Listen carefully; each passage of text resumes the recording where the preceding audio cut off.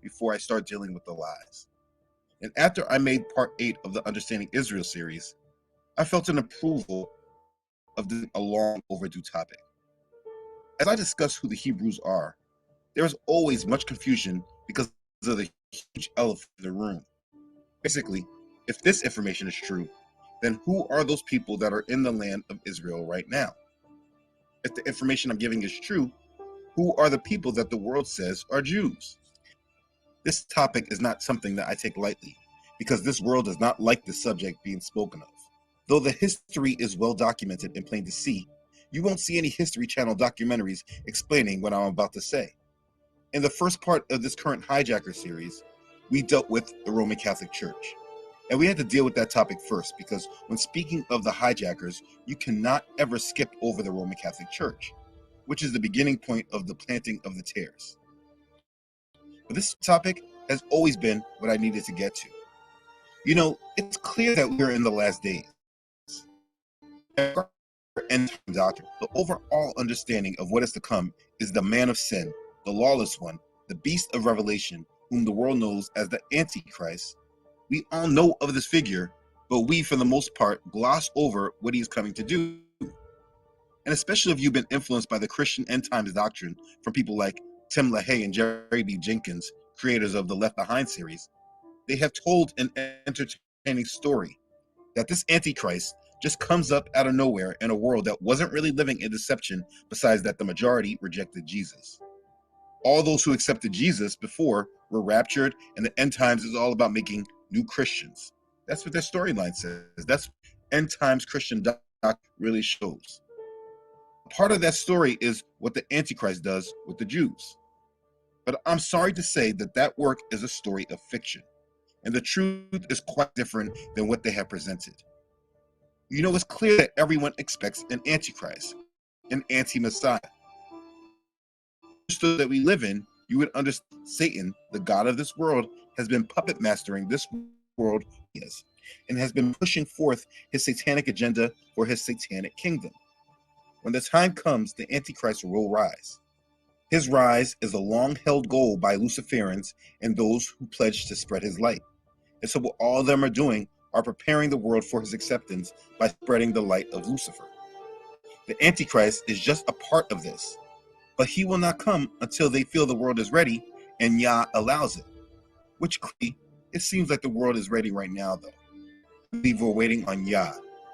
Anyways, we expect an Antichrist, but we don't realize that the only reason he will rise up and be claimed king of the Jews and the rest of the world is because he is being raised up in an anti-Yasharel. Every group of people that are inhabitants of this land right now is all about bringing about the conditions for this coming satanic kingdom.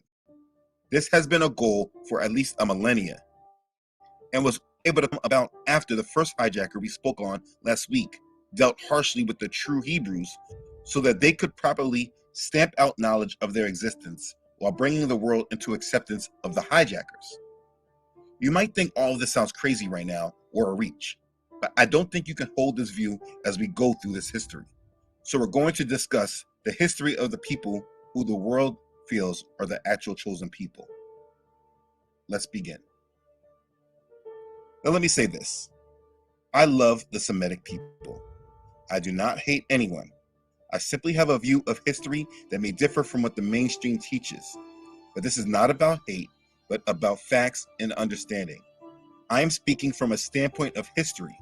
And as I have done with the Understanding Israel series, I will cite my sources from which I am bringing this history out. And let me be clear that once this information is presented, you'll see that a quick Google search can confirm all of this because the information is not even hidden. It's just not mainstream. So for this video, I will be using Arthur Koestler's book, The 13th Tribe, and Kevin Allen Brooks' book, The Jews of Khazaria. I will try to place these books on my website. Let me again be clear. There have been many different books on this subject. Dr. Godby speaks on this topic as well.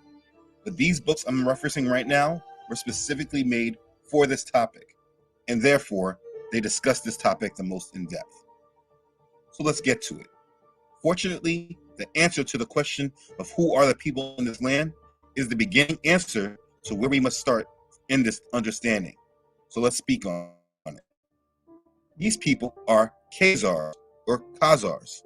I'm not sure how they pronounce it, but that's the word if you ever want to research it on your own. So in order to understand this subject, we need to discuss the Khazars. Kevin Brooke explains that the Khazars emerged on the world scene as Turkic horsemen who believed in shamanism and lived a nomadic lifestyle.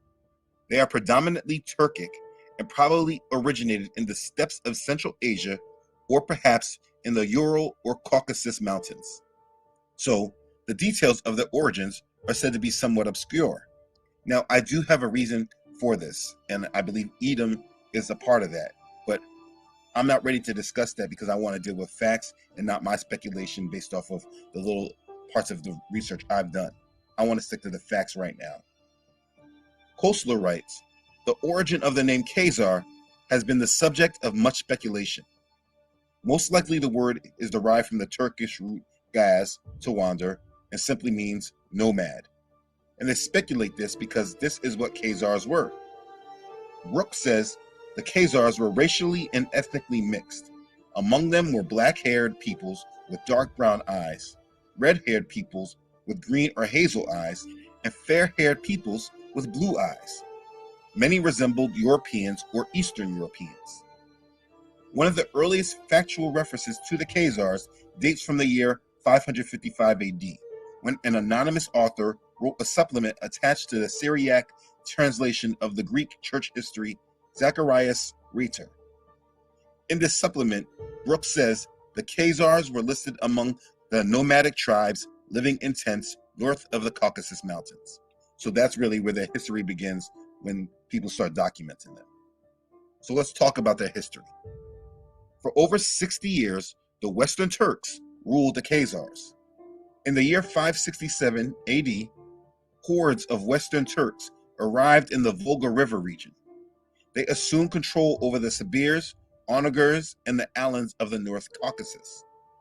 By circa 570, the Khazars were under the jurisdiction of the Western Turkish Empire. The Western Turkish Empire broke apart during the 630s. The tribes of the North Caucasus found themselves in the midst of a major transition. After the disintegration of the Western Turkish Empire, the Khazars were able to reassert their independence in their land. So after the Western Turks, they began to govern themselves.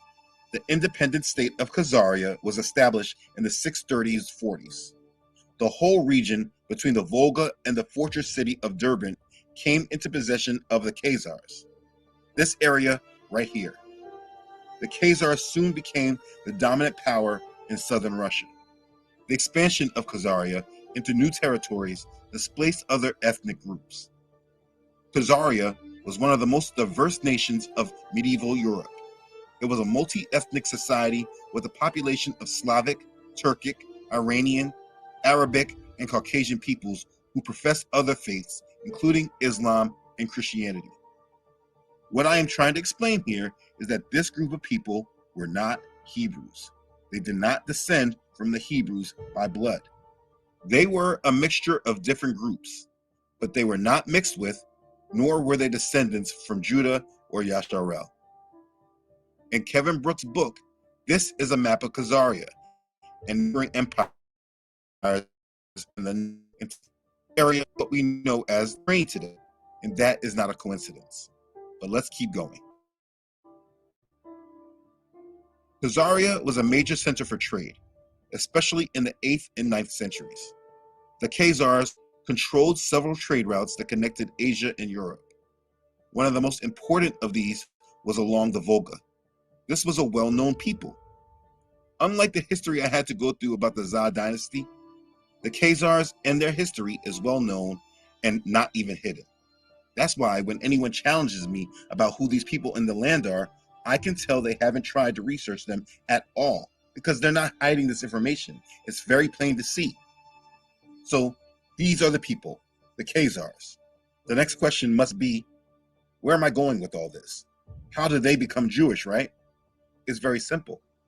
They converted.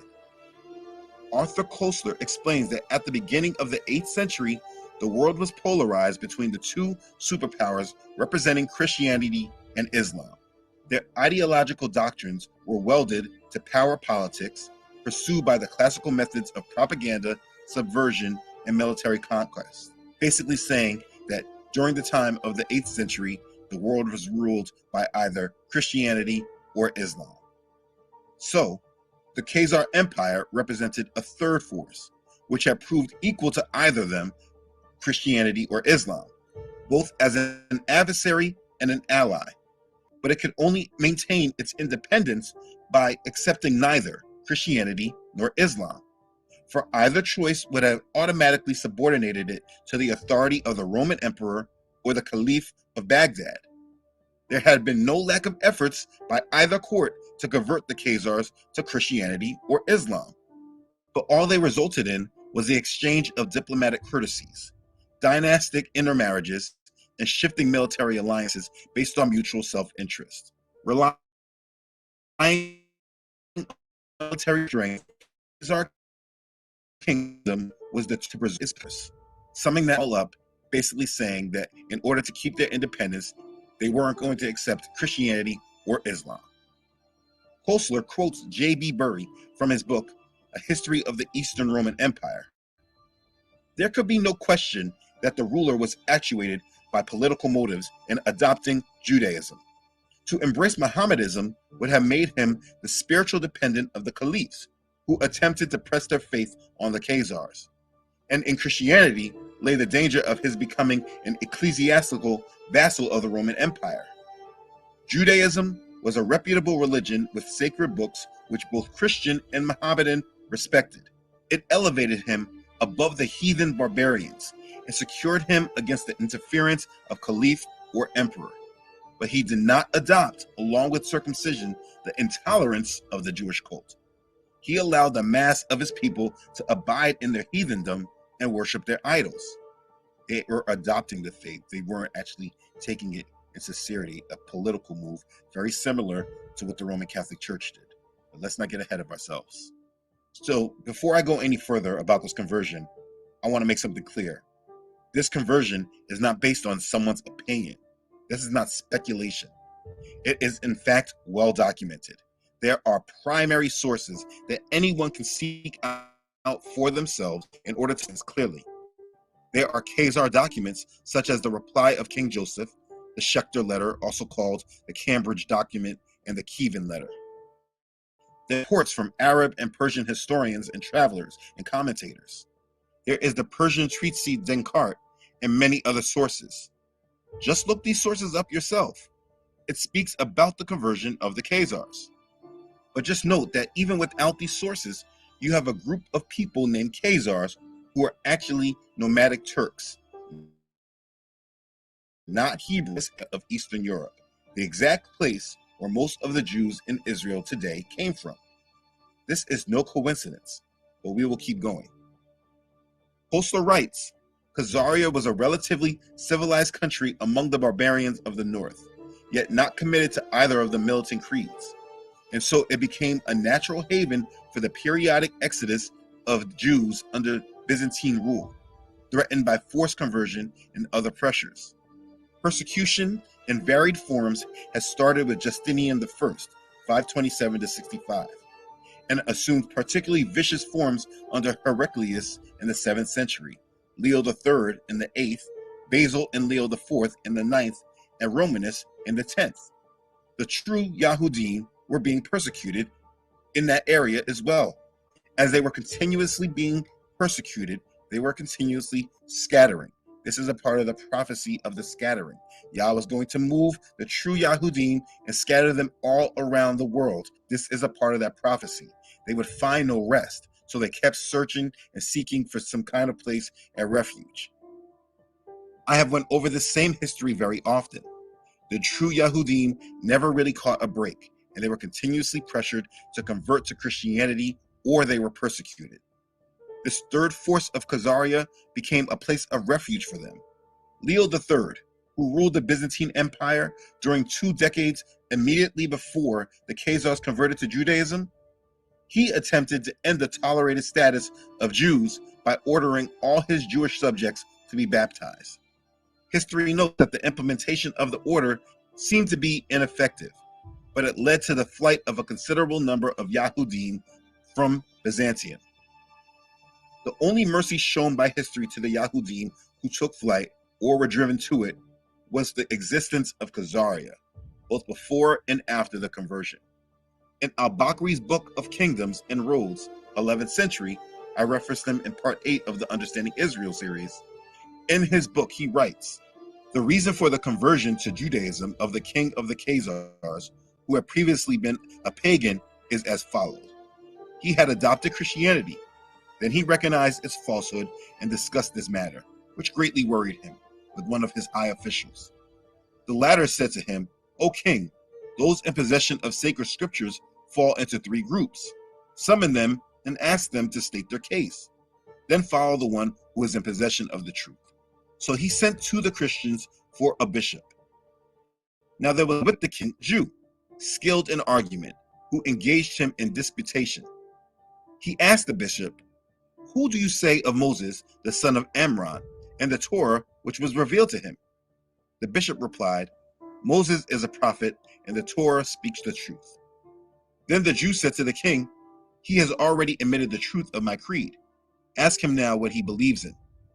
So the king asked him, and he replied, I say that Jesus the Messiah is the son of Mary. He is the Word, and he has revealed the mysteries in the name of God. Then said the Jew to the king of the Khazars, he preaches a doctrine which I know not, while he accepts my propositions. But the bishop was not strong in producing evidence. Then the king asked for a Muslim, and they sent him a scholarly, clever man who was good at arguments. But the Jew hired someone who poisoned his journey, and the Jew succeeded in account seems. The next account we can look to comes from the Khazar correspondence, which is an exchange of letters in Hebrew between Hasdai ibn Shaprut, the Jewish chief minister of the Caliph of Cordoba, and Joseph, king of the Khazars, or rather, between their respective scribes. According to his own account, Hasdai first heard of the existence of an independent Jewish kingdom from some merchant traders from Khorasan and Persia, but he doubted the truth of this story. Later, he questioned the members of the Byzantine diplomatic mission to Cordoba, and they confirmed the merchant's account, contributing a considerable amount of factual detail about the Khazar kingdom, including the name, Joseph, of its present king. Thereupon, Hasdai decided to send couriers with the letter to King Joseph. The letter contains a list of questions about the Khazar state, its people, method of government, armed forces, and so on, including an inquiry to which of the 12 tribes Joseph belonged. This seems to indicate that Hasdai thought that the Jewish Khazars to hail actually from Israel, as the Spanish Yahudim did, and perhaps even to represent one of the lost tribes. King Joseph, of course, not being of Yahudim descent, belonged, of course, to none of the tribes. In his reply to Hasdai, he provides a genealogy of a different kind, but his main concern is to give Hasdai a detailed, if legendary, account of the conversion, which took place 2 centuries earlier, and the circumstances that led to it. Joseph's narrative starts with the eulogy of his ancestor, King Bulan, a great conqueror and a wise man who drove out the sorcerers and idolaters from his land. Subsequently, an angel appeared to King Bulan in his dreams, exhorting him to worship the only true God, and promising that in exchange he will bless and multiply Bulan's offsprings, and deliver his enemies into his hands, and make his kingdom last to the end of the world. And of course, this story is inspired by Abraham's covenant. It implies that the Khazars were claiming the status of a chosen people who made their own covenant with Yahweh, even though they were not descended from Abraham's seed. Bulan's renunciation of idolatry in favor of the only true God was only the first step, which still left the choice open between the 3 monotheistic creeds. At least, this is what the continuation of Joseph's letter seems to imply. In the letter, he went on to say, After the Khazars' invasion of Armenia, King Bulan's fame spread to all countries. The king of Edom, Byzantium, and the king of Ishmaelim, the Muslims, heard the news and sent to him envoys with precious gifts and money, and learned men to convert him to their beliefs.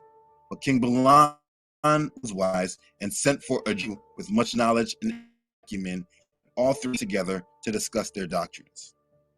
So real quick, what's being said is that King Bulan met with an angel that told him to worship the only true God, and he would be made a covenant as a chosen people. And this is very much like the story of Islam, just in a different way. So now religion actually was a representation of the one true God. This is what they're saying. So we have another brain trust or roundtable conference, just like al-Bakri spoke of, with the difference that the Muslim had not been poisoned beforehand. But the pattern of the argument is much the same. After long and futile discussions, the king adjourns the meeting for 3 days, during which the discussants are left to cool their heels in their respective tents. Then he reverts to a strategy. He convokes the discussants separately. He asks the Christian which of the other two religions is nearer the truth, and the Christian answers, the Jews. He confronts the Muslim with the same question and gets the same reply. And from this, he chose Judaism. Both books, The 13th Tribe and Jews of Khazaria, go more in depth of this conversion, and they explain through those primary sources I referenced. I'm not trying to give an in-depth study on this conversion because it doesn't really matter to me. The fact is that the Khazars converted to Judaism to keep power over their kingdom and not bow to the Roman Catholic Church or the Islamic Caliphate. This is an undisputed fact. Under the reign of King Bulan, during the first half of the 9th century, the Khazars officially converted to Judaism. Bulan became the first Jewish ruler of the Khazars, following almost 2 centuries of shamanist and Muslim rulers. So let's be clear. When speaking of this people, we are not speaking about people that were prophesied of, but people that hijacked a covenant in the 9th century. And the information is out there, easy to find for anyone who desires to know the history for themselves. Brooks writes, the religion of the Jews was voluntarily accepted by the Khazars in the middle of the 9th century.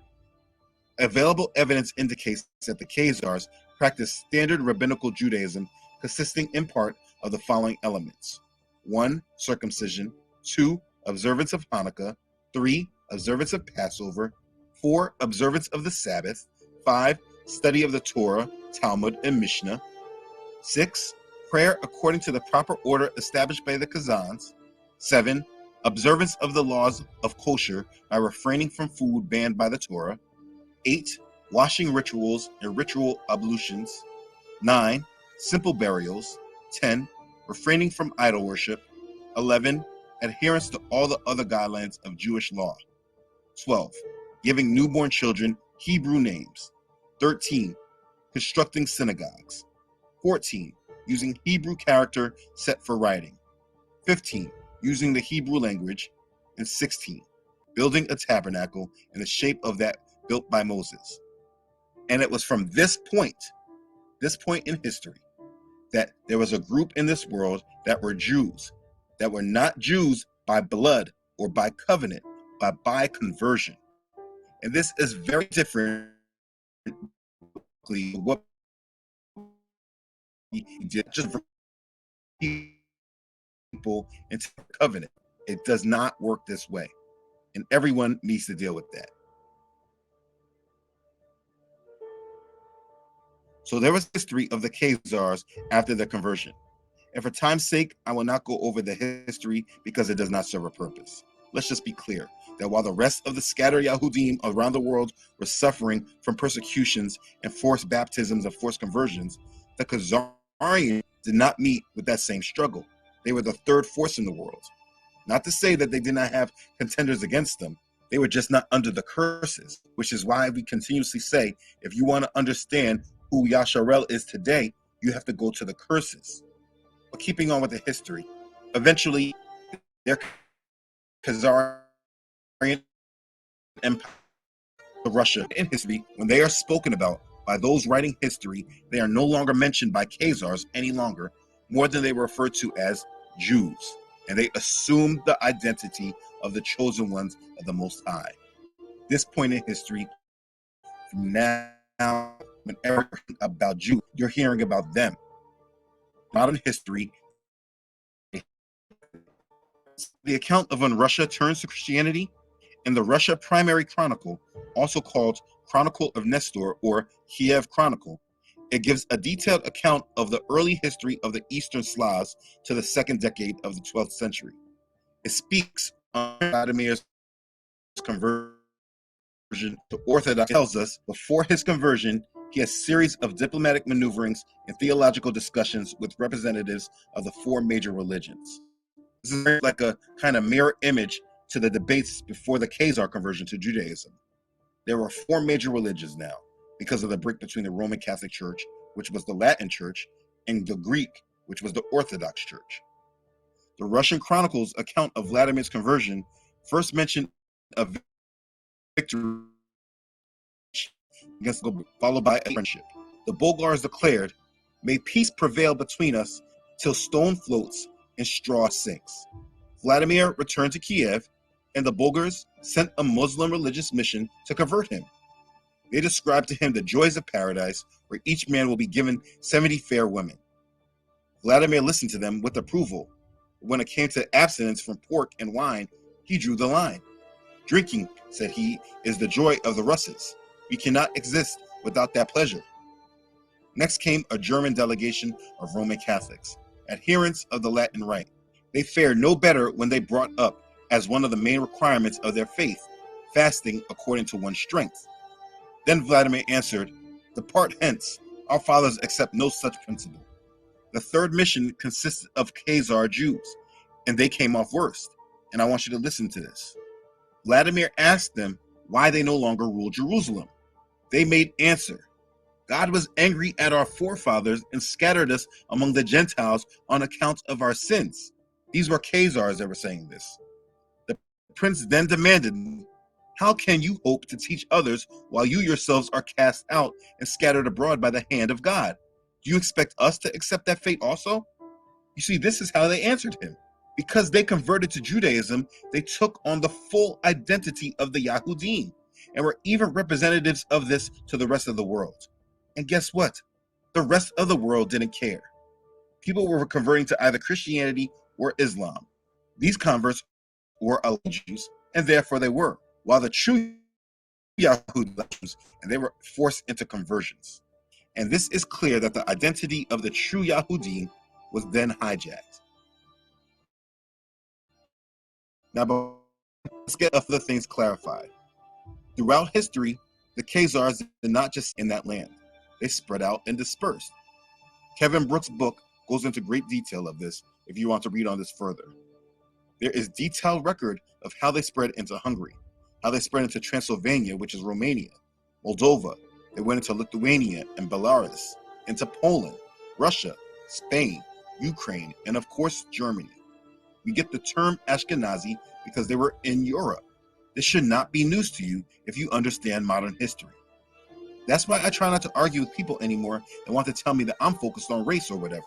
After all the history I have shown, and then I tell people who these people actually are, if they want to disagree, it's because they rather believe the lie, and that's really on them.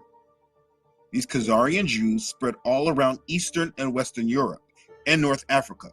This was their scattering. And while the true Yahudim were being executed, they were not a part of it.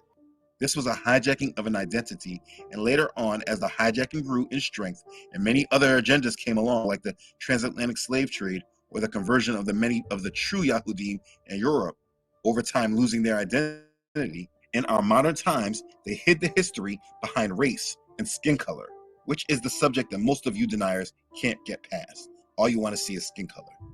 I keep telling everyone in these videos that when you look at skin color, you are moving through your flesh because this was a taught mindset. The overall history of this world was not this way. It was about tribes of people. So let's understand more. You want to know why some are called Ashkenazi?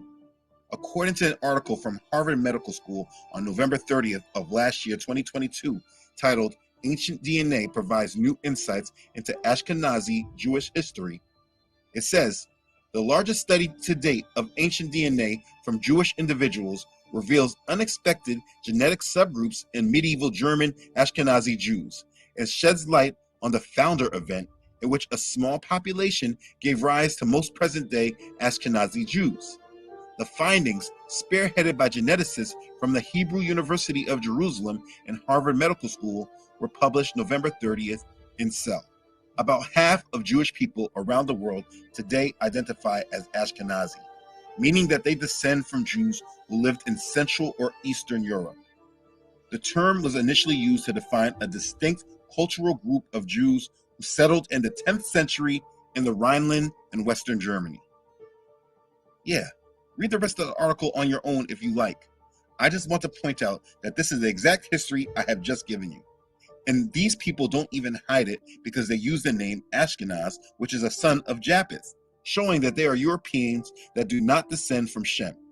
But because people are so moved by skin color and race, they want to gloss over this because that truth is easier for them to accept. Now, there is more to this history because as time progressed, there were those who came out of that history used by the enemy and given massive wealth and control. They used this control to exert power over the whole world. They were sold out to Lucifer. They have even made it today that is anti-you-know-what to speak of their wealth and control behind the scenes of all industries of the world. These people are Khazars, and all of that history has brought us to the point that we are at right now in history. So let's get back to the question of who are the people in the land right now. Let's first deal with the land, starting with Palestine. It's called Palestine, from Latin Palestina, which was coined by the ancient Greeks, area of land occupied by the Philistines. Yes, the original owners of the land were Philistines, control of that land before the Hebrews conquered the land. After the Second Jewish Revolt, the Hebrews were crushed by the Romans, and Emperor Hadrian wiped the province of Judea off the Roman map and renamed it Syria Palestina, which was then broken up into about three-part units: Palestina Prima, Palestina Secunda, second, and Palestina Tertia, third. This all existed until the Muslims began their conquest of the Middle East region. In the early to mid 7th century, around 634 AD, Arab Muslim forces had appeared in the area and conquered the land in what was called the Levant. It was the Muslim conquest of the Levant. You should know of this area of the Levant, which contains the areas of Lebanon, Jordan, Palestine, and Syria in the modern state of Israel. That's why Obama used to call the group ISIL instead of ISIS. And one of those groups is ISIL. It was about the Levant. ISIS stands for Islamic State of Iraq and Syria, and ISIL is the Islamic State of Iraq and the Levant, which is more defined and much more than Iraq and Syria. Anyways, after the Muslim of the Levant, at least 25, Palestine, Jordan, and Syria, with the exception of Jerusalem and Caesarea, were in Muslim control. From there were holy wars with the Crusades and the Knights Templar, which was covered in part 66 of the History of Religion series. But the area of Palestine, which included the land of Israel before it was given to its current inhabitants, was occupied territory of Muslims. The land of Israel, specifically the city of Jerusalem, has been highly contested for millennia, but not for reasons that we are seeing today. The conflict that we are seeing today is not a long-held conflict. It was created after World War II. Now, it is important to understand what we are seeing in Israel today is a modern conflict made after a redistribution of land. Now, a lot of that land of Palestine that we just went over, though it was occupied predominantly by Muslims, it was at some point owned by the Rothschilds family. The Rothschilds brought much of the land in Palestine, now called Israel, from the Arabs and Turks. The family was and are huge supporters of the Zionist movement. It's 67 words long, it's 100 years old, and it changed the course of history for the Middle East and the Jewish people. The Balfour Declaration, the expression of the British government's support for a Jewish home in Palestine, was sent by British Foreign Secretary Arthur Balfour to the second Lord Rothschild. I'm here in Buckinghamshire at Waddesdon Manor to speak with the fourth Lord Rothschild about the Balfour Declaration, what it means for Britain, and the Jewish people. The Balfour Declaration was signed by British Foreign Secretary Arthur Balfour to the second Lord Rothschild. I'm here in Buckinghamshire at Waddesdon Manor to speak with the fourth Lord Rothschild about the Balfour Declaration, what it means for Britain for the Jewish people and the Rothschild family. The Foreign Office, November the 2nd, 1917. Dear Lord Rothschild, I have much pleasure in conveying to you, on behalf of His Majesty's government, the following declaration of sympathy with Jewish Zionist aspirations, which has been submitted to and approved by the Cabinet. Possibly the most famous letter in modern Jewish history, and it begins with 3 words: Dear Lord Rothschild. Why was it that this letter was sent by the Foreign Secretary to your great uncle Walter?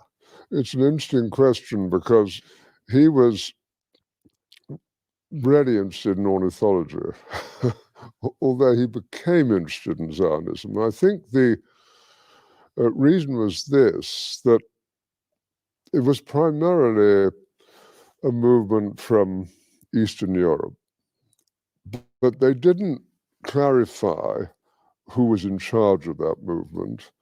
And in addition, it was, after all, in Great Britain. So I felt that the Rothschild family should be the one who was addressed. And Walter was Lord Rothschild, and he was a Zionist. And those really are the background reasons. So Walter received the Balfour Declaration, and I have a copy here. And I wonder if I could possibly ask you to read it for us. Yes, indeed. Yeah. I'm going to put on my spectacles to make sure I read it accurately.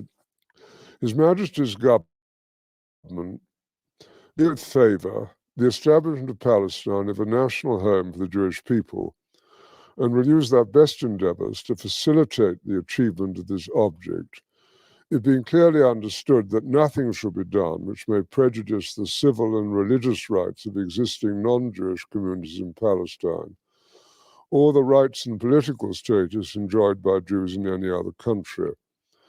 I should be grateful if you would bring this declaration to the knowledge of the Zionist Federation. Yours, Arthur Balfour. For your own research, these are terms you should research on your own. Zionism, Khazars, Ashkenazi. This is who Yahuwah is speaking about in Revelation 2:9 and 3:9. So when talking about the people love always asking, so about Hitler, won't even say the name of it. After we were able to do after this event. Then why this happened will make much more sense. I am not a denier of this event at all. I just know it happened for specific reasons that we are beginning to see the conclusion of soon, when they rebuild the temple and the Antichrist is claimed king. Anyways, after Hitler, it was decided that the Ashkenazi Jews that were persecuted in Eastern Europe needed their own homeland. Please note, I want you to understand that the slaves that were sent to a foreign land to do forced labor for 400 years that were still being oppressed never received any consideration like this at all. Just note that. And people, they get bothered when we even bring up slavery today. They're like, it's time to get over it. But after this event that happened, the world came together and justified a massive change. And the worst part of this all really, is that people actually believe that Yahuwah did this, and this is a fulfillment of Bible prophecy. And I'm making this video to clearly show that it was not. But again, using this strategy of order out of chaos, there was not many that could deny those who were now believed to be true Jews. So they could not deny them the right to their homeland. The Rothschild family donated the land they owned of what was known as Palestine at the time to the United Nations. The United Nations then gave this land to these converted Khazarian Jews so that they would have a homeland and would never have to face the kind of oppression and slaughter they were submitted to during the Holocaust, even though it was never their homeland. And thus, the state of Israel was created. And so, when they came over there and took over that land, they had wars against the inhabitants, and it was extremely violent. And this is why there is still conflict in that land today, because these people came and took land that they do not have a claim to. This is why we see Gamal Abdel Nasser. He was the second president in Egypt. In 1956, Abdel went on the television and radio in the 50s and stated to the Ashkenazi, "You have left black and returned white. You are impostors and shall never see peace. This is the true history of the world. What you have been given is the history of the second major hijacker in this Christian religion. And it goes deeper than just Christianity. But today, they use the Christians to support this agenda because the majority of Christians are just followers without discernment. And they feel that they are obligated to follow this agenda because they want to support Israel. But the true wickedness of their hearts are shown because while they support all of this, they persecute the true Yahudim. They don't even want to understand their plight tied to the God that they say that they're serving. It's hypocrisy at its finest, and people will be judged for it. And this truth is being given to you not for hate or anything other than for you to come into knowledge of the truth, and then you turn to the truth and live through it. The truth sets us free. I have put this information because we are truly at crossroads, and depending on what you follow will determine your future and your relationship with Yah, unfortunately.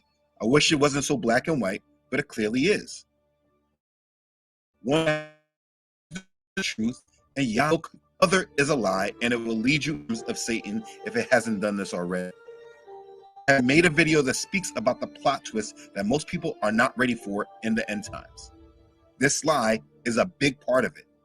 This whole agenda has been used in order for Satan to take control of Yah's holy city, rebuild the temple originally dedicated for Yahweh, but Satan wants it dedicated to himself, which is why he will use all three religions that are tied to him.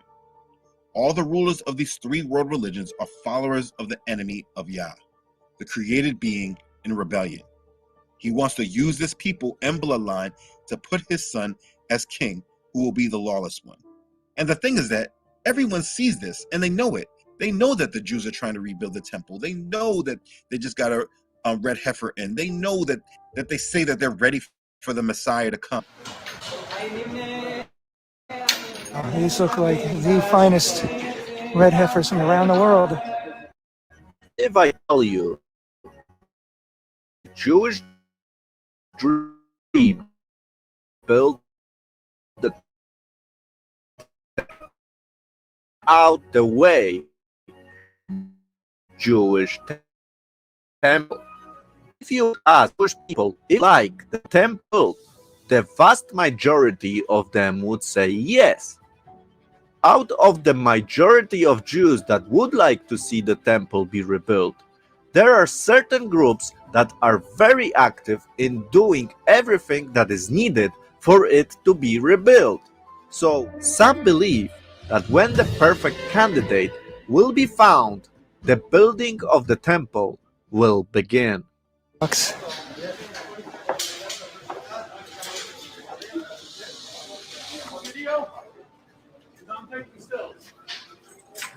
You can see them peeking out. They look beautiful.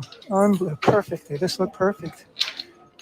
Right now to build the third temple? There are actually quite a few, and it just shows that God is giving the Jewish people kind of signs or an expectation that it's time for the soon coming Messiah.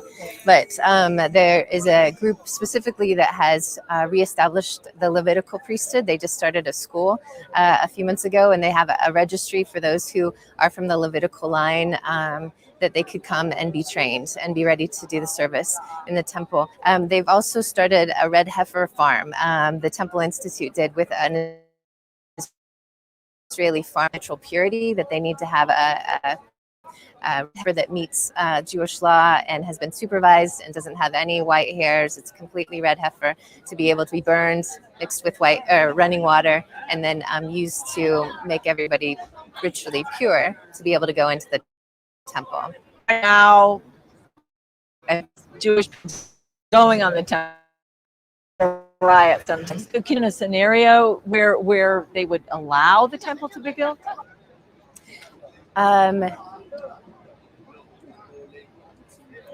No. A lot of the scholars that I've spoken to talk about how the building of this next temple is really going to bring peace to Israel and to bring safety from all her enemies. And so in that way, I can see that any maybe leader that would be raised up or somebody that would be able to bring nations together especially those who might align with Israel, that there might be some agreement that the temple could exist there and this person could be set up in the temple. They know all of this. Everyone knows this in Christianity. But because they believe these people are genuine and holders of the covenant, that at some point Yah will intercede. But this will not happen because those people are not in covenant with Yahuwah. And everything that goes forth with them will be about leading into the satanic part of prophecy. And because people love the lie instead of the truth, they follow that path. For the mystery of lawlessness is already at work. Only he who now restrains will do so until he is taken out of the way. And then the lawless one will be revealed, whom the Adon will consume with the breath of his mouth and destroy with the brightness of his coming.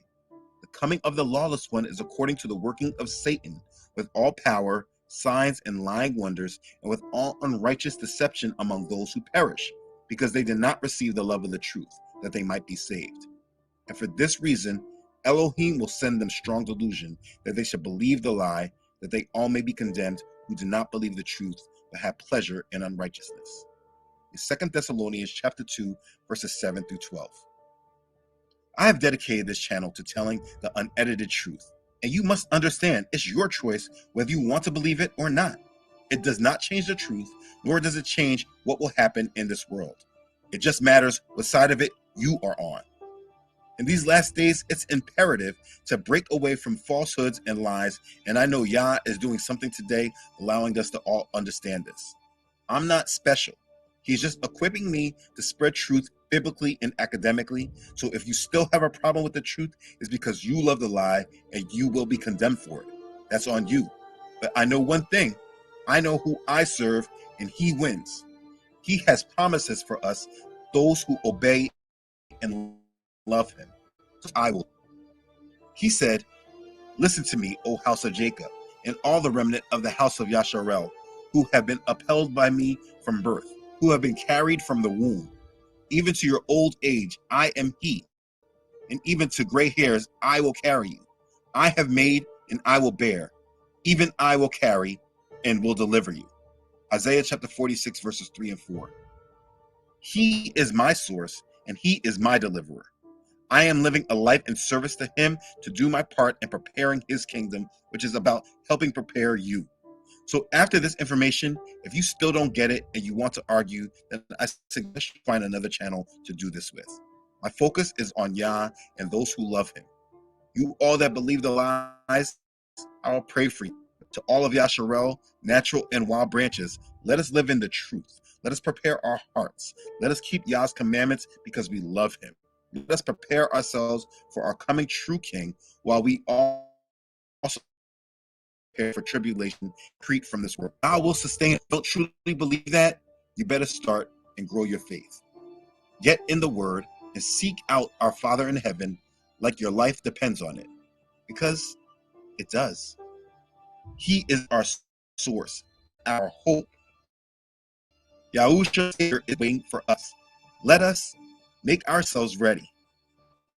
This is our time to be redeemed. No longer live in the lies. Be blessed.